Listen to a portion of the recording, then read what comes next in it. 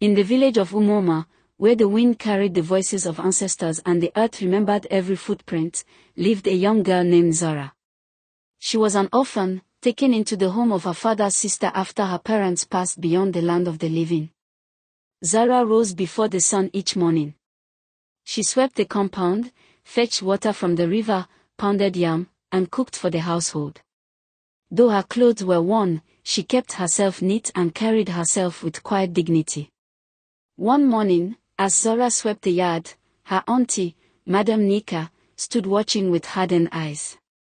"Zara," she called sharply. "Have you finished sweeping the backyard, or are orphans now too weak to walk?" "I will finish it, auntie," Zara replied gently, lowering her head. Madame Nika hissed and walked away. Her own children laughed and ran past Zara to go and play. Zara continued her work in silence. Later that day, the village children gathered in the square, listening to Elder Okoro as he shared riddles and wisdom. Zara stood at the edge, firewood balanced on her head, listening closely. "Wisdom does not only grow with gray hair," Elder Okoro said. "Sometimes, it hides in quiet hearts." Zara smiled to herself and continued home. That evening, food was served. Madame Nika and her children ate until they were satisfied. Zara stood by the doorway. "You will eat after everyone is done," Madame Nika said. "Never forget your place in this house." "Yes, auntie," Zara replied. When night came, Zara ate the leftovers without complaint. One evening by the river, as Zara fetched water, she noticed an old cracked calabash floating near the bank. As she reached for it, an old woman appeared beside her, leaning on a staff. "Why do you smile when life treats you so harshly?" the woman asked.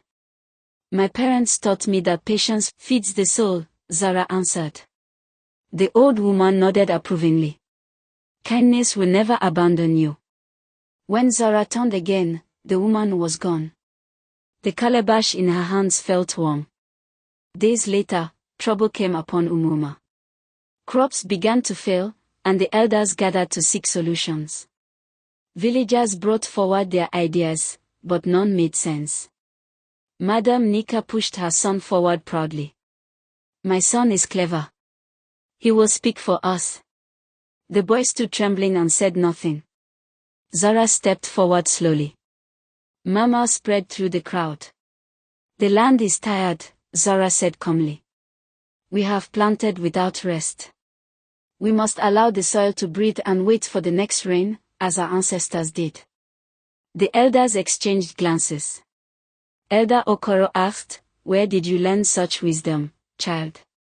Zara held out the old calabash. It cracked open in her hands, revealing cowries and sacred herbs. "The calabash of wisdom," Elder Okoro whispered. "It reveals itself only to the pure of heart." The elders bowed their heads.